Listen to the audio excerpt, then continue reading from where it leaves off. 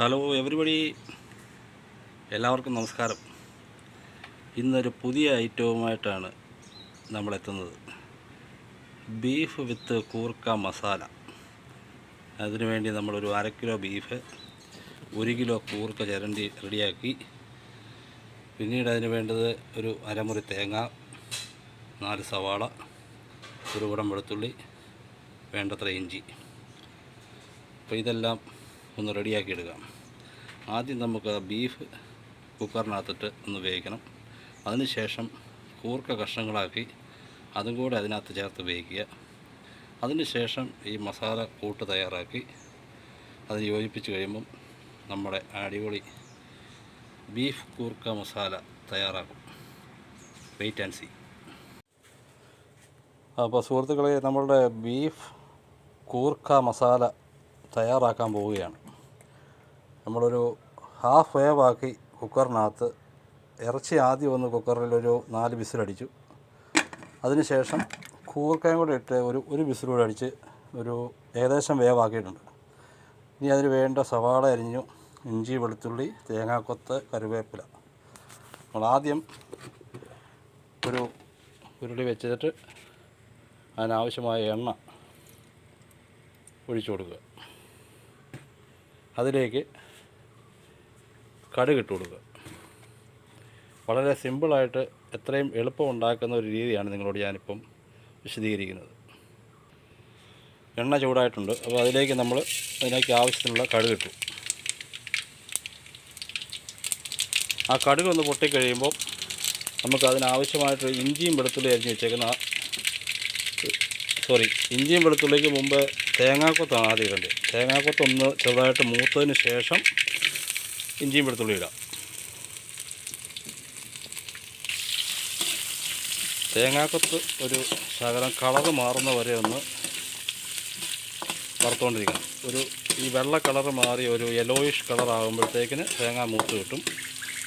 അന്നേരം അതിലേക്ക് ഇഞ്ചിയും വെളുത്തുള്ളി ഇടുക. അതിൻ്റെ പുറകെ സവാള ഇടുക.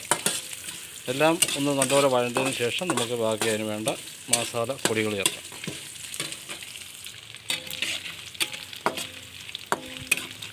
തേങ്ങ ഒന്ന് നല്ലപോലെ മൂക്കുന്നത് വരെ ഇളക്കിക്കൊണ്ടിരിക്കണം, അല്ലെങ്കിൽ ഒരു സൈഡ് മാത്രമായിട്ട് കരിഞ്ഞതുപോലെ ആയിപ്പോകും. തേങ്ങാക്കൊത്ത് ഏകദേശം മൂത്ത് വന്നുകൊണ്ടിരിക്കുന്നു. ഇനി നമുക്കതിലേക്ക് ഇഞ്ചി കൂടെ ചേർത്ത് കൊടുക്കാം.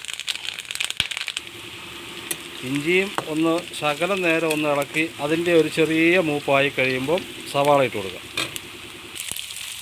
സവാളയും കൂടി അതിലേക്ക് ചേർത്ത് നമ്മൾ നന്നായിട്ട് വഴറ്റുകയാണ്.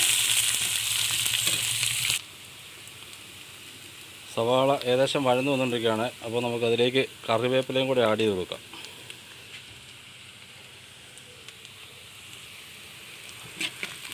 സവാള ഏകദേശം വഴന്ന് കഴിഞ്ഞിരിക്കുകയാണ്. നമുക്കിനി അതിലേക്ക് മല്ലിപ്പൊടി,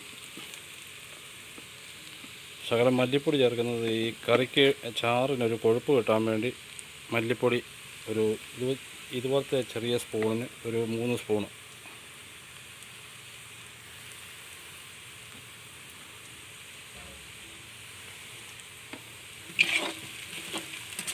അത് ചേർത്ത് ഇളക്കിയതിന് ശേഷം മഞ്ഞൾപ്പൊടിയൊക്കെ നമ്മൾ വേവിച്ചപ്പം മഞ്ഞൾപ്പൊടിയും 1 സ്പൂൺ മുളക് പൊടിയും ചേർത്തിട്ടുണ്ട്. അതുകൊണ്ട് അത് നമ്മൾ ഒഴിവാക്കുക. അതിന് പകരം മീറ്റ് മസാല ഒരു പാക്കറ്റിൽ നിന്ന് ഒരു പകുതി ഇട്ട് കൊടുക്കും. ഏകദേശം പകുതിയായി കഴിയുമ്പം തീ കുറയ്ക്കുക. ഇത് നല്ലപോലെ ഇളക്കിയതിന് ശേഷം നമുക്ക് വേവിച്ച് വെച്ചിരിക്കുന്ന ആ ബീഫും കൂർക്കയിലേക്കും ഇത് ചേർക്കാം. നമ്മുടെ ബീഫ് കൂർക്ക മസാല കറി റെഡിയായിട്ടുണ്ട്. അപ്പോൾ നമ്മളൊരു അല്പം ഗരം മസാലപ്പൊടിയും കൂടെ അതിലേക്ക് ആഡ് ചെയ്ത് കൊടുക്കുക. നമ്മൾ മീറ്റ് മസാല ചേർത്തെന്ന് പറഞ്ഞാലും അതിന് ഗരം മസാലയുടെ ടേസ്റ്റ് കുറവായിരിക്കും. അപ്പോൾ അതുകൊണ്ട് അല്പം ഗരം മസാലപ്പൊടി സെപ്പറേറ്റ് ചേർത്താൽ പ്രത്യേക മസാലയുടെ ഒരു രുചി വരും. അപ്പം നമ്മുടെ ഉണ്ടോ ബീഫ് വിത്ത് കൂർക്ക മസാല കറി. ഈ കറി ഉപയോഗിച്ച് നമുക്ക് എന്താ വേണമെങ്കിലും കഴിക്കാം. പൊറോട്ടയോ ചപ്പാത്തിയോ അപ്പമോ ചോറിൻ്റെ കൂടെയോ എന്തിൻ്റെ കൂടെയും കൂട്ടാം. അപ്പം ഈ വീഡിയോ ഇഷ്ടപ്പെട്ടെങ്കിൽ എല്ലാവരും നമ്മുടെ ചാനൽ സബ്സ്ക്രൈബ് ചെയ്യുക. ഷിബൂസ് പാചകലോറ വാച്ച് ചെയ്യുക, പ്രോത്സാഹിപ്പിക്കുക. Okay, thank you.